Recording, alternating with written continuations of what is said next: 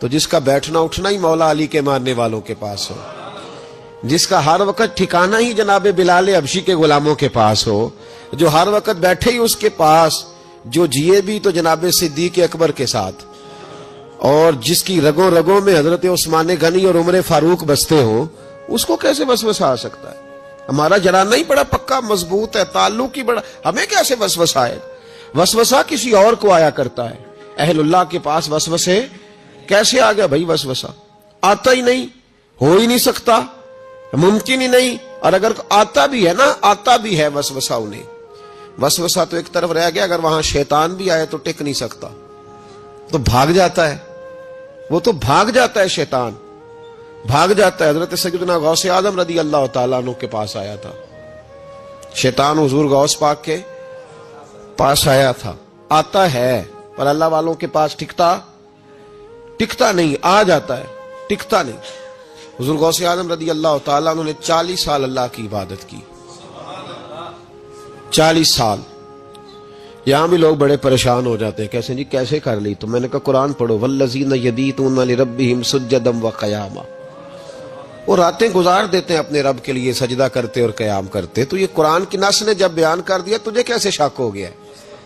یہ قرآن کی نص بیان کر رہی ہے کہ اللہ کے کچھ بندے راتیں سجدے اور قیام میں گزار دیتے۔ حضور غوث اعظم نے 40 سال عشاء کے وضو سے فجر کی نماز ادا فرمائی۔ تو ایک دن آسمان پہ نا ایک چھوٹا سا بادل کا ٹکڑا آیا، معاذ اللہ ثم معاذ اللہ، وہ کہنے لگا عبد القادر میں تیرا رب ہوں۔ اس کے اندر سے آواز آئی، میں تیرا رب ہوں، تو نے بڑی عبادت کر لی، اب تو بے شک پڑھ بے شک نہ پڑھ۔ کئی ملنگوں کو معاف نہیں ہو گئی معاذ اللہ کہ بے شک پڑھ بے شک نہ پڑھ، عام اجازت ہے۔ تو حضور غوث اعظم رضی اللہ تعالیٰ عنہ فرمانے لگے اعوذ باللہ من الشیطان الرجیم۔ جب آپ نے یہ پڑھا تو وہ سامنے آ کے کھڑا ہو گیا، کہنے لگا عبد القادر آپ کو کیسے پتا چلا کہ میں شیطان ہوں؟ تو آپ فرمانے لگے پاگل، مجھے کیسے پتہ نہ چلتا؟ جس رب نے اپنے پیارے حبیب علیہ السلام کو نماز معاف نہیں کی، اس نے عبد القادر کو کیسے معاف کر دی؟ جب حضور کے لیے یہ حکم نہیں آیا کہ محبوب چاہے پڑھو چاہے نہ پڑھو، وہاں تو حکم آیا کہ محبوب تہجد بھی پڑھو، وَمِنَ اللَّيْلِ فَتَہجد بِهِ نَافِلَةً لَكَ، نفع دے گی آپ کو، تہجد بھی پڑھے۔ تو ان کے لیے جب یہ حکم نہیں تو میرے لیے کیسے آ گیا؟ اب شیطان تھا نا، تو اس نے پھر ایک اور چال چلی، یہ باز نہیں آتا، ہم باز آ جاتے ہیں کئی دفعہ، اس کے پیچھے پیچھے چلنے لگ جاتے ہیں، لڑ کے تھک جاتے ہیں، وہ نہیں تھکتا، وہ نئی سے نئی چال، نئی سے نئی چال، اس کا نیا سے نیا روپ، من الجنت والناس، جنوں میں سے بھی اور اس کے نئے سے نئے روپ ہوتے ہیں۔ اس نے ایک نیا روپ دھار لیا، کہنے لگا عبد القادر 300 ولی میں نے اسی طرح گمراہ کیے، آپ چونکہ عالم تھے تو آپ کے علم نے آپ کو بچا لیا۔ تو غوث اعظم فرمانے لگے نئے روپ سے آئے ہو؟ کہنے لگا 300 میں نے گمراہ کیے، یہ تو آپ عالم تھے تو بچ گئے، آپ جانتے تھے تو بچ گئے، میں نے 300 گمراہ کیے۔ تو حضور غوث اعظم فرمانے لگے پھر گمراہ کرنے لگے ہو نیا روپ دھار کے؟ مجھے میرے علم نے نہیں بچایا، مجھے اللہ کے فضل نے بچایا ہے۔ کئی عالم بھی تو گمراہ ہو جاتے ہیں نا، مجھے میرے علم نے نہیں بچایا، مجھے میرے اللہ کے فضل نے بچایا ہے۔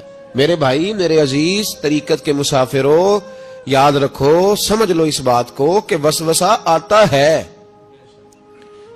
وسوسہ، دو قسم کے مہمان آتے ہیں، دو قسم کے مہمان۔ ایک مہمان وہ آتا ہے جو آتا ہے تو بندہ توجہ نہیں کرتا، وہ خود کہتا ہے اس نے نہیں میری طرف توجہ کی، وہ مہمان چلا جاتا ہے، پتہ نا آپ کو۔ اور جس کو بندہ اٹھ کے سینے سے لگائے اور اس کے ساتھ گفتگو شروع کر دے، وہ مہمان جاتا ہے؟ وہ تو بیٹھا رہتا ہے، وہ تو نہیں جاتا۔ وسوسہ آتا ہے، جو تو توجہ نہ کرے اس کا چلا جاتا ہے، اور جو سینے سے لگا لے، سوچنے لگ جائے، غور کرنے لگ جائے، اس کا وسوسہ بیٹھ جاتا ہے، اسی کے پاس رہتا ہے، دوستانہ کر لیتا ہے، کئی دفعہ تو بالکل مکان ہی ساتھ بنا لیتا ہے، ہر وقت کوئی نہ کوئی بات کان میں، ہر وقت کوئی نہ کوئی بات کان میں۔ کیوں وسوسہ آتا ہے؟ تجھے کیسے آ گیا؟ جس کا یقین کامل ہو اسے وسوسہ کیسے آئے؟ جس کی توجہ سیدھی ہو اسے وسوسہ نہ چھڑ یار دا بوہا، نہیں تے ہو جاویں گا روگی، جیڑی بکری اجڑوں وچھڑی او بگیاڑا جوگی۔ یہ تو بھئی تو اگر اندر رہتا، صحبت کے اندر رہتا، چھتری کے نیچے رہتا، تو پھر وسوسہ تجھے کیسے وسوسہ کس طرح تیرے پاس آیا؟ وسوسہ اس کے پاس آتا ہے جو وسوسے کی جانب توجہ کرتا ہے. بہت زیادہ لوگوں کو بدگمانی ہونے لگی ہے, بہت زیادہ وسوسے آنے لگے ہیں, بہت زیادہ خیال ہونے لگا ہے, بہت زیادہ توجہ ہونے لگی ہے. بڑی لوگوں کا معیار اس طرف جائیں, ہر چوتھا آدمی آ کے کہتا ہے برے خیالات آتے ہیں. کیوں بھائی برے خیالات آتے ہیں؟ کیسے آ گئے؟ ہمارا تو دل ہی ایک ہے اور دل میں یار بھی ایک ہے, دوسرے کے لیے جگہ ہی کوئی نہیں, تو وسوسہ کیسے آئے گا؟ ہم تو اس کے دیدار سے آج تک فارغ نہیں ہوئے, تو غیر کی طرف دیکھ کیسے لیا؟ یہ کیسے ہو گیا؟ ممکن کیسے ہوا؟ اپنے آپ کو سمیٹیں, ان وسوسوں سے اپنے آپ کو بچائیں, ان پر قطعی طور پر کوئی توجہ نہ دیں. اور اگر کبھی آ بھی جائے تو میں نے کہا کہ اس کو سینے سے لگانے کی ضرورت, اس کو جھٹک دیں, بات ختم ہو گئی. آ جاتا ہے وسوسہ, بڑوں کو آ جاتا ہے, وسوسے آیا کرتے ہیں, آیا ضرور کرتے ہیں. لیکن جو لوگ قابل ہوتے ہیں, جن کا ایمان مضبوط ہوتا ہے, جن کا تیقن مضبوط ہوتا ہے, ان لوگوں کے پاس وسوسے ہمیشہ رہتے نہیں. ایک اہم بات اصلاح کی جو سمجھنی بڑی ضروری ہے آپ کے لیے, بڑی ضروری ہے. آپ نے یہ غور کرنا ہے کہ وسوسہ آتا کہاں سے ہے. کوئی نہیں سمجھ آئی آپ کو میری بات کی؟ نہیں آئی ہوتی تو آپ بڑی دور پہنچ چکے ہوتے ہیں. سردی بڑی زیادہ تھی کمرے میں, تو کہیں سے ہوا آ رہی تھی ٹھنڈی, تو اب ٹھنڈ بڑی لگ رہی تھی, تو بندے نے فوراً اٹھ کے بھلا کیا کرنا ہوتا ہے؟ نہیں, وہ پتہ نہیں کتوں آ رہی باری تھی, تو ابھی گل ہی ہے نا جی. اگر تو کھڑکی سے آ رہی ہے تو کس کو بند کریں گے, اور اگر دروازے سے آ رہی ہے تو جی, اور اگر چھوٹے بچے نے پنکھا چلا دیا تو جی, چل پنکھا رہا ہے, بندہ سارا دن دروازہ بند کرتا رہے. سمجھنا ہے آپ نے بات کو. آپ نے اس دروازے کو بند کرنا ہے جہاں سے وسوسہ آتا ہے. اگر آپ کا قریبی سجن ہے نا, قریبی دوست ہے, قریبی, اخنس بن شریح کہتے ہیں میں دین کے قریب آ گیا تھا. یہ دین کے قریب آ گئے تھے. کس طرح آئے؟ جن دنوں انہوں نے نبی پاک صلی اللہ تعالی علیہ وآلہ وسلم کو شب ابی طالب میں قید کیا ہوا تھا نا, تو اللہ کے محبوب علیہ السلام رات کو پہاڑ پر بیٹھ کر قرآن پاک کی تلاوت فرماتے تھے. کوئی اچھا قاری قرآن پڑھے تو دل کرتا ہے سننے کو, دل کرتا ہے یار تھوڑا سا نا اور پڑھ. ہاں جی, کوئی اذان پڑھ رہا تھا تو شاعر گزر رہا تھا, تو شاعر کا دل مچلنے لگا, کہنے لگا اور ذرا ٹھہر جا مؤذن, میرا دل دہل رہا ہے, اتنی جلدی ختم نہ کر یار, مجھے لطف آ رہا ہے, تھوڑے قصیدے اور پڑھ. تو کوئی اچھا قاری قرآن پاک پڑھے نا, اچھا قاری, تو بندہ مست ہو جاتا ہے.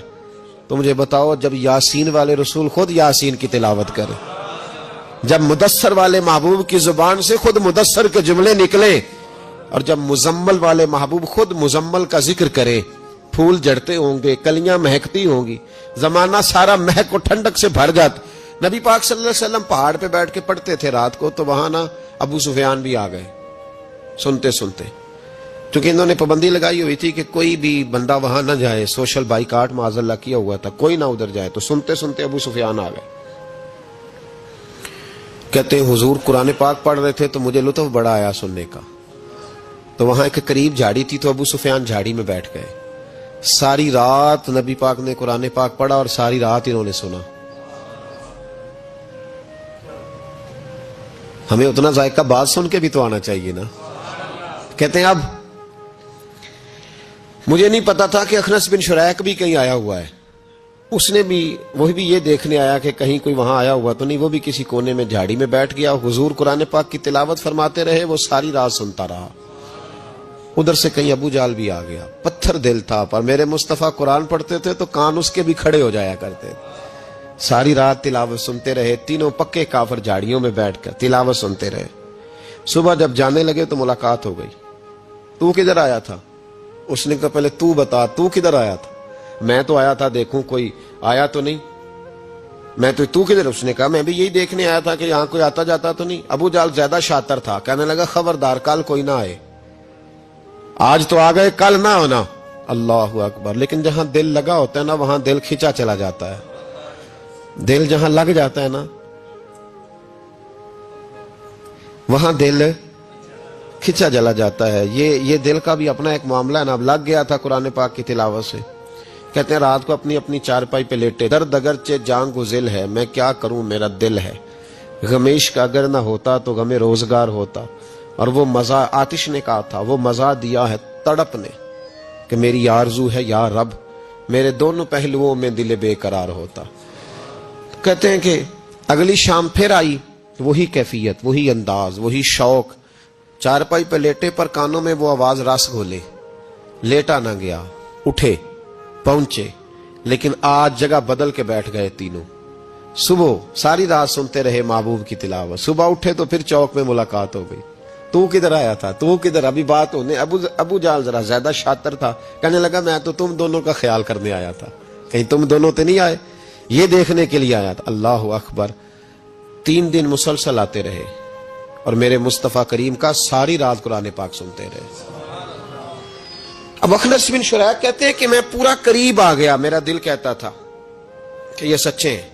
کہتے میں نے تیسرے دن مشورہ کیا، میں نے کہا یار پتہ تجھے بھی ہے مجھے بھی ہے کہ نہیں آنا، پر ان کی آواز ایسی ہے، وہاں لذت ایسی ہے، نہیں نہ رہا گیا تجھ سے بھی، مان کیوں نہیں جاتا کہ ساری باتیں اپنی جگہ پر ان کی بات کانوں سے ہو کے دل میں اترتی چلی جاتی ہے، مانتا کیوں نہیں۔ اخنس بن شریح کہتے میں پورا قریب آ گیا پر ابو جال نے مجھے پھر گمراہ کیا، کہنے لگا یار یہیں رہے ہیں، بچپن بھی یہیں گزارا ہے، معاذ اللہ 2 ہاتھ ہیں 2 آنکھیں ہیں، سارا کچھ وہی ہے، کان پٹیاں سفید ہوئی ہیں تو کہتے میں اللہ کا نبی ہوں معاذ اللہ۔ اس نے وسوسہ اندوزی کی تو کہتے میں پھر بیک ہو گیا۔ آپ کیوں نہیں اس شخص کو جانتے جو وسوسہ اندوزی کرتا ہے؟ آپ اس جگہ کیسے چلے گئے جہاں وسوسہ اندوزی ہوتی ہے؟ یاد رکھیں اس جگہ جائیں جہاں جانے سے دل صاف ہوتا ہے، جہاں جانے سے دل کا زنگ اترتا ہے، آپ کے وسوسے دور ہوں گے۔ وہاں جائیں جہاں ایمان کی، یقین کی، تیقن کی دولت بڑھتی ہے۔ کیوں وہاں جاتے ہو جو بیک کر دیتا ہے؟ کچھ جگہیں ایسی ہوتی ہیں جو شکوہ ہی نہ کر لوں، شکوہ ہی نہ کر لوں، شکوہ یہ ہے کہ ہم پالش کرتے ہیں، پوری پالش کرتے ہیں، مہربانی کرتے ہیں، کچھ لوگ پھر جا کے صحرا میں کھڑے ہوتے ہیں، ساری ریت چڑھا کے دوبارہ آ جاتے ہیں۔ اماں بھی ناراض ہو جاتی ہے، اماں بھی بگڑ جاتی ہے کہ میں اجے انو آیا سی تو یہ تو کیا حشر کر کے آیا ہے۔ یار آپ سمجھتے نہیں کہ کتنی محنت سے سوارا، کتنی محنت سے نہلایا، کتنی محنت سے کپڑے بدلے، کتنی محنت سے غسل کرایا، کتنی محنت سے کنگھی کی، کتنی جدوجہد کے ساتھ تیرے بال سوارے، تیرے روحانی ذائچے میں کتنی جدوجہد، تو نے قیمت ہی نہیں ڈالی، تو 2-4 دن گیا اور جا کے پھر سے زنگ چڑھا کے آیا، تو نے ماری۔ کبھی کبھی دل کرتا ہے پھر اماں کا بھی کہ 2 تھپڑ لگا ہی دوں، اس کو لگاؤں 2 تھپڑ، میری محنت کا تو نے کیا۔ تو وسوسہ اندوزی والی جگہ پہ کیوں جاتے؟ کیوں گئے وہاں؟ تمہیں نہیں پتا تھا کہ وہاں نہیں جانا؟ سارے کپڑے میلے ہو گئے، ساری گرد پھر چڑھ گئی۔ خبردار، خبردار اپنے بزرگوں کی محنت کا خیال کریں، خبردار اس جگہ کبھی نہ جائیں جہاں جانے سے وسوسے پیدا ہوتے ہیں، ان جگہوں پہ کبھی نہ جائیں جہاں جانے سے ذہن میں شر اٹھتا ہے، اس جگہ پہ کبھی نہ جائیں جہاں اعلیٰ حضرت فاضل بریلوی، میرے اعلیٰ حضرت رحمت اللہ زندگی میں کسی کا قصیدہ نہیں لکھا، لیکن بدانیوں کے اس عالم کے قصیدے ہمیشہ لکھے جو انہیں ان کے مرشد کی بارگاہ تک لے کے گئے تھے۔ اس عالم کے بھی قصیدے لکھے، کہتے تھے میں تیرا بھی شکر گزار ہوں یار، تو نے میرے اوپر مہربانی فرمائی، میں تیرا بھی شکر گزار ہوں، من لم یشکر الناس ولم یشکر اللہ، میں تیرا بھی شکر گزار۔ اس آدمی کے قصیدے لکھے، مہربانی فرمائیں، وسوسوں والی جگہ سے ہٹ جائیں، اس جگہ سے ہٹ جائیں جو وسوسے پیدا کرتی ہے، جم جائیں اس جگہ پہ جہاں سے وسوسے دور ہوتے ہیں، یقین کی دولت ملتی ہے۔ گرد والے کام نہ کرو، خبردار۔ وسوسے اس شخص کو آتے ہیں جو بری جگہ پہ بیٹھتا ہے، جو بری سنگت میں جاتا ہے، اس کے ذہن میں سوال اٹھتے ہیں۔ میں نے بہت سارے ایسے لوگ دیکھے جو بری سنگتوں میں جاتے تھے تو گمراہ ہو گئے، اس لیے نبی پاک علیہ الصلوۃ والسلام نے پابندی لگائی ہے، فرمایا لا تصاحبوا الا مؤمنا، خبردار صحبت نہ اختیار کرنا سوائے اس کے کہ بندہ کامل مومن ہو، کامل مومن کے علاوہ کسی کی صحبت اختیار لا تصاحب، یہ وہی لا ہے جو کلمے میں ہے، لا الہ کوئی معبود نہیں۔ تو آپ مسند امام احمد بن حنبل کی اس حدیث کا کیا مطلب لیں گے؟ لا تصاحبوا الا مؤمنا، خبردار قطعاً نہ جا کے اس بندے کے پاس بیٹھنا جو کامل مومن نہ ہو۔ تو کچے لوگوں کے پاس کیوں بیٹھتے ہو؟ حدیث پاک کے لفظوں کے اوپر جو اہمیت ہے جملوں کی اس کو سمجھیں۔ لا الہ، بولیے لا الہ، یہی لا یہاں بیان کیا، لا تصاحبوا الا مؤمنا، خبردار اس بندے کے پاس کبھی نہیں جانا جو کامل مومن نہ ہو۔ اور جو کامل مومن ہو اس کے پاس ضرور جا کے بیٹھنا. یہ حضور ایک بات شیخ سعدی نے لکھی ہے. شیخ سعدی رحمت اللہ علیہ فرماتے ہیں, یہ میں آپ کو جواب دے رہا ہوں, کچھ سوالوں کا جواب ہے جو ذہنوں میں اٹھتے ہیں. شیخ سعدی رحمت اللہ تعالی علیہ کہتے ہیں, ایک باپ اپنے بچے کو کہتا تھا, بچے ان لوگوں کے پاس نہ بیٹھے کر, بندے صحیح نہیں, تیرے ذہن میں وسوسے پیدا کرے. اس نے کہا ابا جی وہ نہیں صحیح, میں تو صحیح ہوں نا, مجھے کوئی کچھ نہیں کہہ سکتا, میں خود بڑا ٹھیک ہوں. تو اس نے کہا بیٹا نہیں, صحبت صالح ترا صالح کنن اور صحبت طالح ترا طالح کنن. چنگیاں دے لڑ لگی ساں تے میری چولی چ پھل پے, پیڑیاں نال میں رل گئی تے میرے اگلے بھی ڈول گئے, میرے اگلے بھی پیڑیاں نال میں رل گئی تے, یعنی پھر ریت سے کپڑے بھر گئے سارے.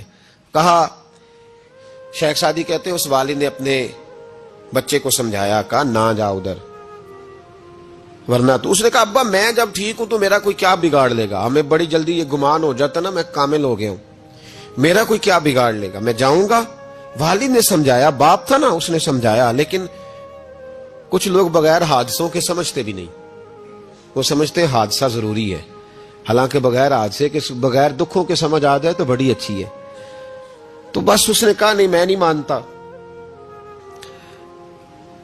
والد نے ایک مثال سے سمجھانا چاہا. اس نے کہا تو ٹھیک ہے, کہا میں بالکل ٹھیک ہوں. کہا اس طرح کر, جا بازار سے نا 2 کلو اچھے والے سیب لے کے آ. نوجوان میری بات پہ خاص توجہ کریں, 2 کلو اچھے سیب. وہ سیب لایا بڑے خوبصورت پیارے, کہا دیکھ کے لانا, کوئی دھاگ نہ ہو, کوئی دھبا نہ ہو, کوئی ایسی. وہ دیکھ کے لایا بڑے خوبصورت بڑے پیارے اچھے سیب. کہا بیٹے اب دوبارہ جاؤ منڈی اور 1 کلو گندے بھی لے کے آ, گلے سڑے بھی لے کے آ. اس نے کہا ٹھیک ہے, گلے سڑے بھی لے آیا 1 کلو. اچھے کتنے تھے؟ 2 کلو. گلے سڑے کتنے تھے؟ 1 کلو. اب اس نے وہ 2 کلو سیب ایک ٹوکری میں ڈالے اور گلے سڑے بھی اس کے اندر ڈال دیے. کہا بیٹے وہاں رکھا. کہا ابا جی کرنا کیا ہے؟ فرمایا سویرے بتاؤں گا. صبح کا جب سورج چمکا نا, صبح کا جب سورج چمکا تو والد نے کیا کیا, اس کو کہا جاؤ ٹوکری لے کے آ. اب جب ٹوکری لایا نا تو غور کرنا بات پر, برے کتنے تھے, اچھے کتنے تھے. اب جب اس نے کھولا نا تو کہا بیٹے کھول, وہ جو اچھے تھے وہ بھی گل گئے تھے, بھی گل سڑ گئے. والد نے اپنے بیٹے کو سمجھایا. اس نے کہا بیٹا یہ جو شر ہوتا ہے نا یہ جلدی پھیلتا ہے, جو شر ہوتا ہے نا جلدی پھیلتا ہے. ناپاکی تھوڑی سی ہوتی ہے پر غسل سارے وجود کو کرنا پڑتا ہے, سارے وجود کو ناپاکی تھوڑی سی ہوتی. اور آپ دیکھ لیں کہ اس کے لیے سارا بدن دوبارہ سے, تو شر تھوڑا سا بھی آئے تو میل کچیل کر دیتا ہے. اتنا سا بھی شر جو ہوتا ہے نا وہ بہت ساری جگہ پہ خرابی پیدا کرتا ہے. او بھائی پیشاب کا ایک قطرہ بھی دودھ میں گر جائے پورے بھرے ہوئے برتن میں تو دودھ پینے کے قابل, سمجھ لو بات. آپ نے یہ کیسے کہہ دیا کہ ایک بندہ ذرا میرا غلط ہے جی باقی سارے صحیح ہے. وہ شر تھوڑا بھی جو ہوتا ہے نا, تھوڑا بھی وہ غلبہ کرتا ہے, وسوسہ اندوزی کرتا ہے, برے خیالات جنم لیتے ہیں. اس سینے کو اگر صاف رکھنا ہے, اس سینے کو اگر توانا رکھنا ہے, اس سینے کو اگر ٹھنڈا رکھنا ہے تو پھر ان کے پاس جا کے بیٹھنا پڑے گا جن کے سینے ٹھنڈے ہیں. اگر عقیدے کو, نظریے کو, سوچ کو صحت مند رکھنا ہے تو کبھی بیمار عقیدے والے کے پاس نہیں بیٹھنا, صحت مند کے پاس بیٹھو گے تو صحت مندی نصیب ہوگی. یہ یاد رکھ لیں, یاد رکھ لیں. چنگے بندے دی صحبت یارو وانگ دکان اتاراں, سودا پاویں مول نہ لئیے, ہلے اون ہزاراں. نہ خرید بے شک کوئی شے, خوشبو تو آئے گی نا. اور میں تجربے کی بات بتا رہا ہوں, اللہ کے ولی کے پاس, عالم باعمل کے پاس جو چند گھڑیاں بیٹھ جائے چاہے کچھ نہ سیکھے, اللہ اس پر رحمت کی چھتری پھر بھی عطا فرما دیتا ہے. یہ بڑی پکی بات ہے یاد. کچھ نہ سیکھے بے شک اسے خیر ضرور ملتی ہے. چنگے بندے دی صحبت یارو وانگ دکان اتاراں, سودا پاویں مول نہ لئیے, ہلے اون ہزاراں. ہزاراں 1 2 3 نہیں, ہزاراں. برے بندے دی صحبت یارو وانگ دکان لوہاراں, کپڑے پاویں کنج کنج بئیے, چھنکاں پین ہزاراں. پھر بھی جب وہ ویلڈ کر رہا ہوتا ہے تو کوئی نہ کوئی چیز لگ ہی جاتی ہے. اس سے مراد یہ نہیں کہ لوہار برا ہے, لوہار تو بڑے اچھے ہوتے ہیں. نبی پاک علیہ الصلوۃ والسلام نے اپنے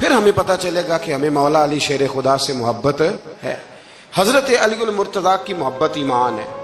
اور پھر ویسے بھی حضرت علی اتنے دانا ہیں. حضور علیہ السلام نے فرمایا اگر میں علم کا شہر ہوں تو پھر علی دروازہ ہے.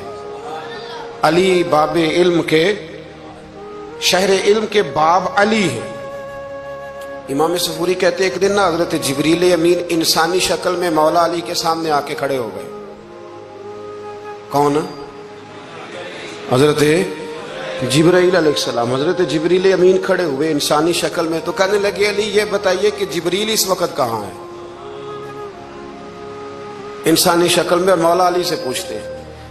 تو کچھ جو آج کل ہمارے شاگرد رات پڑھ جاتے ہیں نا تو وہ ذرا جلدی کرتے ہیں جواب دینے میں. بڑوں کو جب جواب بھی دینا بزرگوں کو تو جواب میں بھی آداب کا خیال ہونا چاہیے. اگر آپ کو سوال آتا بھی ہو تو پھر بھی اس میں آداب کا خیال آپ رکھیں گے. آپ فٹافٹ نہیں کہہ دیں گے کہ جناب یہ اس کا جواب ہے، یہ معنی ہے، فوراً نہیں آپ کہہ دیں گے. آپ اس میں بھی آداب کا خیال کریں گے. حضرت جبریل امین نے جب کہا نا کہ بتائیے جبریل کہاں ہے، تو حضرت علی فوراً بھی کہہ سکتے تھے آپ ہی تو ہیں جبریل. یہ فٹافٹ کہہ سکتے تھے، اسی وقت ساری بات ختم ہو جاتی. لیکن بزرگوں سے بات کرنے کے کچھ آداب ہوتے ہیں، کچھ طور طریقے ہوتے ہیں جو اللہ ماشاءاللہ آج کل لوگوں میں نظر نہیں آتے. کچھ طور طریقے ہیں، کچھ سلیقے ہیں، کچھ جو ہیں وہ اس کے خاص نقطہ نظر ہے، اس کو سمجھنا چاہیے. حضرت مولا علی شیر خدا رضی اللہ تعالیٰ عنہ سے جب پوچھا نا کہ جبریل امین کہاں ہے اس وقت، تو حضرت علی نے پہلے اوپر دیکھا، پھر نیچے دیکھا، پھر دائیں دیکھا، پھر بائیں دیکھا، پھر آگے دیکھا، پھر پیچھے دیکھا. جواب فٹافٹ تیار تھا کہ آپ ہی تو ہیں، لیکن ایسے جواب نہیں دیا. فرمانے لگے جناب نہ تو اس وقت حضرت جبریل مشرق میں ہیں، نہ مغرب میں ہیں، نہ شمال میں ہیں، نہ جنوب میں ہیں، نہ 7 زمینوں میں ہیں، نہ آسمانوں میں ہیں. پھر بھی یہ نہیں کہا کہ آپ جبریل ہیں. فرمانے لگے بھئی زمینوں آسمانوں مشارق مغارب میں تو کوئی نہیں، تو یا آپ جبریل ہیں یا میں جبریل ہوں، دونوں میں سے ایک ہے. تو حضرت جبریل امین مسکرائے، فرمانے لگے نہیں آپ تو علی ہیں، جبریل تو میں ہی ہوں، آپ علی. لیکن نا بہت سارے لوگ سوال کا جواب دیتے ہیں پر وہ آداب کو ملحوظ خاطر نہیں رکھتے. نبی پاک علیہ السلام نے ایک دن نماز 4 رکعتوں کی تھی تو حضور نے 2 پہ سلام پھیر دیا. تو صحابہ سے پوچھا میں نے کتنی پڑھی ہے؟ عرض کرنے لگے یا رسول اللہ زیادہ پتہ تو آپ کو ہی ہے پر ہمیں لگتا ہے کہ آپ نے 2 پڑھائی ہے. یہاں ایسے کرتا ہے کوئی؟ سوال ہی نہیں پیدا ہوتا. یعنی 1 منٹ سے پہلے امام غزالی ایک درویش کے مرید ہو گئے تھے تو بہت بڑے عالم تھے. آپ کو پتہ ہے عالم آدمی کا مرید ہونا اللہ ہی خیر کرے کسی کرامت سے کم نہیں ہوتا، بڑا مشکل ہوتا ہے. وہ کسی کی غلامی کرے وہ بڑا مشکل ہوتا ہے، مطلب کٹھن ماحول ہوتا ہے.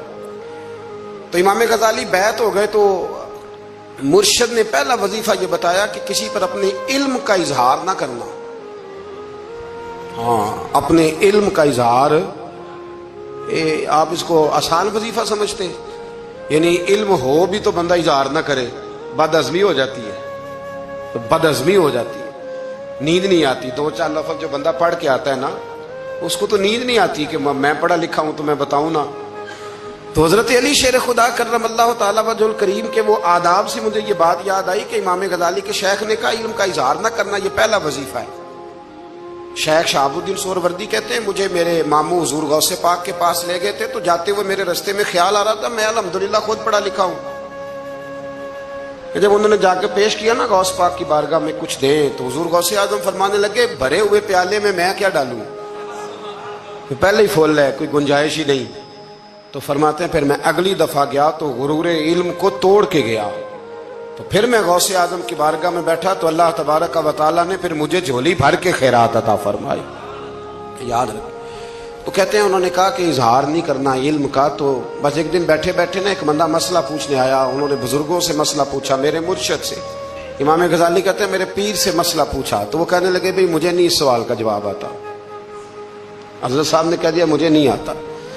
کہتے میں قریب تھا، میں نے اس بندے کو بلایا، میں نے کہا مجھے آتا ہے جواب، میں بتاؤں؟ تو کہتے ہیں شیخ فرمانے لگے غزالی تیرا کیا خیال ہے مجھے نہیں تھا جواب آتا؟ یہ تو تجھے آزمانے کے لیے انکار، تیری ابھی میں نہیں نہ گئی تو کوئی نہیں میاں پھر ابھی تو رستے میں ہی رہے گا. فٹافٹ لوگ کہتے ہیں ہم ایسی لاکھوں کتابیں قابل ضبطی سمجھتے جن کو پڑھ کے بیٹے باپ کو خبتی سمجھتے. ایک بات یہ کہ ان سے محبت کرنی ہے، دوسری بات یہ کہ ان کی سیرت. پہلی بات زندگی میں ادب بڑا کیا مولا علی شیر خدا نے، بڑا ادب کیا. حضرت علی کہتے ہیں میں نے نبی پاک سے ایک سوال پوچھنا تھا تو میں نے 14 دن انتظار کیا. یعنی سوال جو ذہن میں آ جائے تو نمبر پاس ہوتا ہے، تو 14 منٹ انتظار ہوتا ہے. میں نے تو گھنٹے کا ہی نہیں، یعنی 14 منٹ بھی بندے انتظار، سوال ہی پیدا نہیں ہوتا. اور اگر پیر صاحب فون نہ ریسیو کریں تو وہ متکبر ہے، اگر وہ فون نہ اٹھائیں تو پھر یہ ہے کہ اب دین کی بات کس سے پوچھیں جی ہم، پھر ہمارے پاس فلسفہ ہے. کہتے ہیں میں نے 14 دن انتظار کیا. کیا؟ مولا علی فرماتے میرے دل میں خیال تھا کہ کوئی اور آ جائے اور جو میں بات پوچھنا چاہتا ہوں وہ نبی پاک سے پوچھ لے، وہ حضور سے پوچھ لے تو میرا بھی چلو معاملہ بن جائے گا. اب ان سے زیادہ کو بے تکلف تو نہیں تھا نا نبی پاک کی بارگاہ میں، جھٹ پوچھ سکتے تھے. 14 دن کہتے ہیں 14 دن کے بعد بندہ آیا، وہی سوال پوچھا جو میں نے پوچھنا تھا. تو کہتے ہیں حضور جواب اسے دے رہے تھے اور دیکھ میری طرف رہے تھے. جواب اسے دے رہے تھے اور توجہ حضور کی میری جانب. ایک ان کی زندگی میں ادب بڑا ہے. دوسری بات یہ کہ گہرا علم ہے مولا علی کا. ہمارے ہاں لوگوں کے پاس علم ہوتا ہے اللہ ماشاءاللہ بڑے بڑے اچھے علماء ہیں، لیکن بعض جگہ پہ علم بڑا سطحی سا ہے، سطحی سا. یعنی ساری زندگی جس بندے نے علم پڑھا ہے وہ گہرائی تک نہیں اترا، یعنی اس پر عمل نہیں کر سکا. تو اگر میرا علم مجھے نفع نہیں دے رہا تو میرا علم کسی کو کیا نفع دے گا. حضرت علی کا علم گہرا تھا، سیانہ علم تھا، گہرائی والی بات کرتے تھے، بڑی سوچ سمجھ کے فیصلہ کرتے تھے اور بڑے زیرک تھے، دانا آدمی تھے حضرت مولا علی شیر خدا رضی اللہ. اور آپ کا فہم و فراست نرالا تھا. ایک شخص نے کہا جی میں نے ترس کھا کے ایک عورت سے شادی کیا، وہ بوڑھی تھی، ترس کھا کے نکاح کیا. میں جوان، وہ بوڑھی ہے، پر میں قریب جاتا ہوں تو مجھے پتہ نہیں کیا ہوتا ہے. وہ بڑی جگہ پہ گیا ہوں پر میرا مسئلہ نہیں حل ہوتا، حالانکہ وہ لاوارث تھی اور شادی نہیں اس کی ہو سکی. تو حضرت علی شیر خدا فرمانے لگے بی بی کو میرے پاس لاؤ، عورت کو لاؤ. وہ لائے تو آپ فرمانے تیرا نکاح نہیں ہوا؟ کہنے لگی نہیں. فرمایا سوچ لے. چپ کر گئی. فرمایا کوئی گناہ کیا ہو؟ خاموش ہو گئی. کہنے لگی میں نے میرا آغاز تھا جوانی کا تو میں نے ایک ناجائز بچہ پیدا کیا تھا، پھر اسے پھینک دیا، آبادی میں پھینکا. تو حضرت علی شیر خدا فرمانے لگے یہ تیرا وہی بچہ ہے. چونکہ جو اس نے کیفیات بتائی ہیں وہ یہ ہے کہ انسان ماں بہن جو اس کی ہوتی ہے نا، کچھ بھی ہو جائے اللہ تعالیٰ نے فطری جذبے رکھے ہوتے ہیں. تو وہ کوئی حیوان ہو تو بات الگ ہے، اگر انسان ہو تو وہ مطلب انسان ماں کے سینے سے لگ بھی جائے تو اسے شفقت کا رنگ تو نظر آتا ہے، لیکن اس کے اندر وہ جذبات پیدا ہو سکتے نہیں. بیٹی سینے سے لگ جائے تو وہ والے جذبات اس میں تو حضرت علی شیر خدا کا علم بڑا باریک. تو آپ فرمانے لگے میاں وہ جو تیرا اس کے اوپر ترس آیا نا، اس کی بھی وجہ یہ ہے کہ تیرا اس سے کوئی ازل سے رشتہ ہے، لہذا تمہارا نکاحی منق اتنا گہرا، سیانہ اور پیچیدہ، یعنی باتوں کی گہرائی تک. آج ہمارے بہت سارے میری طرح کے لوگ تقریر کرتے ہیں تو وہ عوامی نفسیات کے مطابق بات نہیں کر پاتے، کیونکہ ہم جو تقریر رٹ کے آئے ہیں وہ تو ہم نے تو علم ظاہر کرنا ہے، اور نعرہ لگوانا بڑا شوق ہے. جب تک وہ مطلب لوگوں میں شوق نہ پیدا ہو پھر بعد میں گفتگو ہوتی ہے آج میں جلسہ لوٹ لیا ہے. تو میں کہا کرتا ہوں کہ جلسہ لوٹا نہیں جاتا، جلسے میں تو کچھ لٹایا جاتا ہے، علم دیا جاتا ہے، فہم دیا جاتا ہے، شوق دیا جاتا ہے. تو یہ کیا مطلب بات ہو؟ تو گہرا علم تھا. چوتھی بات، علم بھی تھا اور تقوی بھی تھا، پرہیزگاری بھی تھی. جب آپ خلیفہ تھے نا، امیر المومنین تھے، امیر المومنین. آپ میں چلو صوبائی وزیر کی بات نہیں کرتا، آپ کسی نا حلقے سے، جو وہ ہمارے پاکستان میں عہدے بہت زیادہ ہیں، تو جس کو کوئی ہلکا سا نا چلو پرانا ورکر ہے تو کوئی دے دیتے ہیں، اس کو بھی مل جائیں تو 15 کو ووٹ تو اس کے بھی کہیں نہیں گئے مبارکباد کے. اللہ اسے پوچھیں کہ تیرا اصل میں کام کیا ہے تو کام کوئی بھی نہیں ہوتا اس کا، بورڈ لگ جاتے ہیں. بڑا کیا بات ہے جناب، موج بن گئی. حضرت علی امیر المومنین تھے اور کوفے کے چوک میں کھڑے تھے، کوفے کے چوک میں، اور فرما رہے تھے کہ بھئی یہ میری زرہ ہے، بڑی قیمتی ہے، یہ کوئی بندہ خرید لے. کسی نے قریب جا کے پوچھا امیر المومنین کیوں بیچ رہے ہو؟ تو فرمانے لگے میری طامت پرانی ہو گئی ہے، اب نہ اتنی پرانی ہوئی ہے کہ اس پہ پیوند لگنے کی بھی جگہ کوئی نہیں بچی، اگر یہ پھٹنے کے قریب نہ جاتی تو میں زرہ نہ بھیجتا۔ امام حسن رضی اللہ تعالیٰ عنہ کہتے ہیں میرے ابا جی خزانے کا سارا منہ کھول کے اللہ کے بندوں میں بانٹ کے تو اس کمرے میں 2 نفل پڑھ کے کہتے تھے یا اللہ گواہ ہو جا میں نے قوم کی امانت قوم پہ خرچ کر دی ہے۔ یہ پرہیزگاری، یہ تقوی، یہ ذوق حضرت مولا کائنات شیر خدا علی المرتضیٰ رضی اللہ تعالی عنہ۔ ہمارے ہاں نا ہم نے بانٹ دیے ہیں چیزیں، یعنی کوئی بندہ زہرا حضرت علی کے نعرے لگانے لگ جائے تو لوگوں کو شک پڑ جاتا ہے۔ تو ایک بندہ میرے کان میں کہنے لگا 2-3 دن سے یہاں علی علی ہو رہی ہے کان میں۔ اب بڑی جلدی ہمارے تھرمامیٹر والے لوگ بھی بڑے تیار بیٹھے رہتے ہیں۔ کہنے لگا 2-3 دن ہو گئے یہاں علی علی ہو رہی ہے۔ میں کیا دعا کر ہندی رہے۔ تو کہنے لگا آپ نے کوئی وضاحت نہیں کی۔ میں کہا تینوں اصل وضاحت دی لوڑ نہیں، تینوں کسی اور شے دی لوڑ ہے۔ عجیب بیوقوف آدمی ہے بھائی، ان لوگوں کا تو رشتہ ہی کوئی نہیں مولا علی شیر خدا کے ساتھ۔ اور ہم جو ہیں ہم تو مرید ہیں مولا علی شیر خدا۔ اعلیٰ حضرت فرماتے ہیں کہ حضور سے پہلے بھی جس کو ولایت ملی ہے وہ مولا علی کے صدقے ملی ہے، اور قیامت تک جسے اللہ ولایت دے گا وہ مولا علی شیر خدا کے قدموں کی خیرات کی برکت سے دے۔ ایک سلسلہ علیہ نقشبندیہ ہے جو حضرت ابوبکر صدیق سے انسلاک کرتے ہیں، باقی تو تمام سلاسل کو سارا فیض ہی مولا علی شیر خدا سے۔ تو آپ یہ کیسی بات کریں گے کہ جناب وہ فلانے کا آپ جی؟ میں نے اسے کہا کہ شاید میرا دعویٰ کوئی نہیں، پر میری جو اپنی تھوڑا بہت مطالعہ ہے نا، میں انسائکلوپیڈیا ہوں حضرت عمر فاروق کا۔ مجھے جنون ہے حضرت عمر فاروق سے محبت، جنون ہے۔ اور میں نے ایک دفعہ سکیچ صرف ابھی بنایا ہے، تو شاید میں 2 جلدوں میں کتاب لکھ دوں حضرت عمر فاروق، یعنی شاید ان کے حالات پر کوئی ایسی کتاب جو دنیا میں چھپی ہو اور میں نے دیکھی نہ ہو، شاید وہ جس ذریعے سے بھی۔ اور آپ میری گفتگو سن لیں، شاید ہر دوسری بات میں حضرت عمر کی کرتا ہوں، لیکن ایک بات پکی ہے کہ مرید میں مولا علی شیر خدا کا، یہ بات میاں پکی ہے، اس میں شک کوئی نہیں نا۔ اس لیے کہ حضور کے بعد فیض مولا علی سے، پھر امام حسین سے، پھر امام زین، یہ ہمارے بزرگوں نے ہمیں شجرہ یہ دیا ہے۔ تو آپ وہ جو بات جہاں ہے وہ وہاں ہے۔ حضرت ابوبکر صدیق کے بارے میں جو شک کرے پکا بے ایمان ہے، پر اس میں تو بات پکی ہے نا کہ حضور نے فرمایا علی تجھے دیکھنا بھی عبادت اور تیرا ذکر کرنا بھی عبادت۔ تو خدا کے بندو علی علی نہ کریں، ہم تو مر جائیں، کوئی جگہ ہی نہیں ہے سوائے حضرت علی شیر خدا کے ذکر کرنے کے۔ تو یہ کچی کمزور باتیں نہ کرو۔ یہ کوئی عجیب بات ہے کہ جی وہ اگر علی علی زیادہ کیا تو کوئی فلانے طبقے سے تو نہیں، تو یہ ایسی کمزور بات آپ کیوں کرتے ہیں میاں؟ یہ آپ عجیب، آپ نے بیعت چھیڑ دی لوگوں نے۔ تو یہ کوئی ایسا مسئلہ نہیں، زندگی میں یاد رکھو جس کی زبان پہ علی علی زیادہ رہتا ہے نا، اس کی زبان پہ نبی نبی بھی زیادہ ہی رہتا ہے۔ ختم ہو گئی بات۔ تو ان چکروں سے باہر آئیں، آپ باہر آئیں ان چکروں سے۔